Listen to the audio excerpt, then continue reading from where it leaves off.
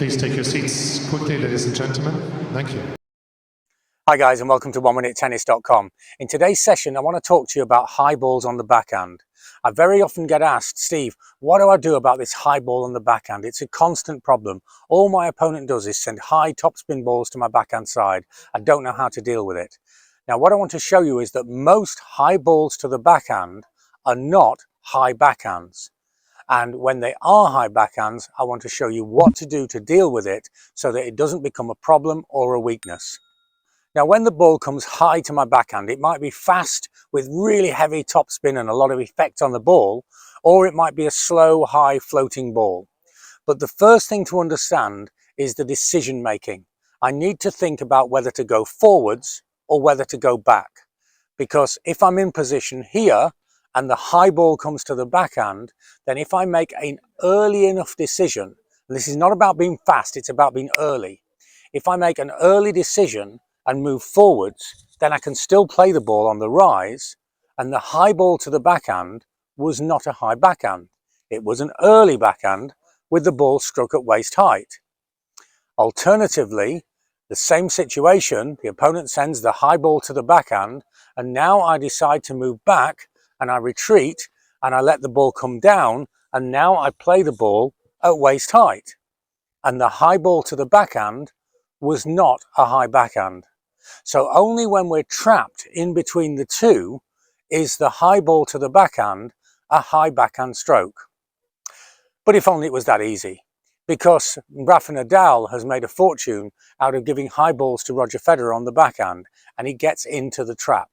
The trap is where he's in between playing it early and in between playing it late, and now the high ball to the backhand is a high backhand.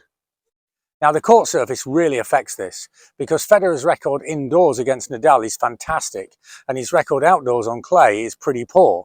So if you're on a surface where the conditions are perfect and the bounce is perfect, there's no wind, etc., then going forwards and cutting the high ball off is much easier than in an outdoor situation or on a clay court where the bounce becomes less than perfect as the match goes on.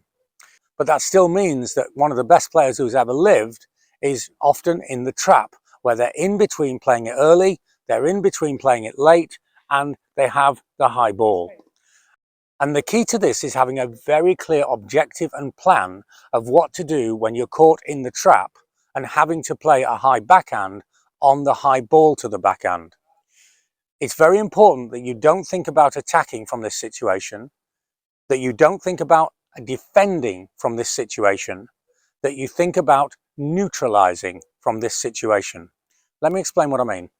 If I have the high ball here and I try to attack, then I really need to engage the wrist a lot to get racket speed, because physically I'm going to be pretty weak up here. It doesn't matter if it's a one-hander or a two-handed backhand. And so that means that I'm going to take a real chance on the timing with the ball. And I might get the odd aggressive shot, but I'm going to get a lot of losers. Or we can think about defending this position. I hate this ball. I'm just going to defend this position. But this means that the opponent can see that you're just going to float the ball back and give them an opportunity to either attack the ball with a forehand or just come to the net and play a volley. So again, this is a bad decision. But if you think about neutralizing, if you think when you get into the trap, remember the high balls come to the backhand, doesn't have to be a high backhand, but now you're in the trap, you're playing a high backhand. If you think about neutralizing, and by that I mean sending the ball back at exactly the same height that you hit it. If you hit it here, send it back at this height. If you hit it here, send it back at this height. And try to get the ball to cross the net at the same height that you make contact with the ball, here or here. If you try to change the direction and height of the ball, then the stroke will become much weaker. The alignment of the body will be much more difficult. But if you send the ball back on the same line that it's arriving to you, then physically it's fairly easy, and that will neutralize the point because height is depth.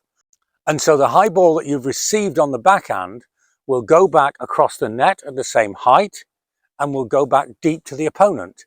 It's not going to hurt them. You're not going to win the rally this way unless they make a mistake, but you're not going to lose the rally this way. You're not going to show that you've got a weakness on this side. If you watch Djokovic play, then you'll see that he's incredible at this. And it's one of the reasons why Rafa had so many problems with him, because the high ball to the backhand that Rafa is amazing at did not cause a problem to Djokovic. It wasn't that he couldn't avoid the trap. He tried to play it early, he tried to play it late, but he got in the trap as much as Roger, but he just neutralized the trap by sending the ball back exactly at the height that he'd come from and start the point again. I hope this makes sense. It really is a great solution for a shot or a situation that's a major problem for a lot of players. If you like my ideas, have a look at my books on Amazon. We provide really detailed breakdown of the strokes with very, very precise scientific analysis of the physics and the biomechanics of the strokes, and then super simple solutions with great illustrations. Everything is geared to helping you to make real change to your game. Or, for more change to your game, have a look at what we're doing with online coaching. We're helping players all over the world with a unique blend of video analysis and one-to-one personalized video lessons. So make sure that high backhands are no longer a problem to your tennis game. Remember, you can take them early and the high ball on the backhand is not a high backhand. You can take them late and a high ball on the backhand is not a high backhand. Or if you're in the trap, just neutralize the point, send the ball back where it's come from at the exact height. The height is the key. And this seemingly difficult situation will stop being a problem and you can either attack or neutralize from that situation. Thanks for watching and see you next time for more unique tennis lessons that really work.